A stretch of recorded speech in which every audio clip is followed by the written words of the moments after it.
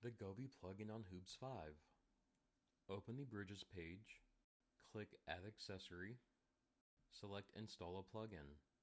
Search for the Govee plugin, click on the Govee plugin, select Install.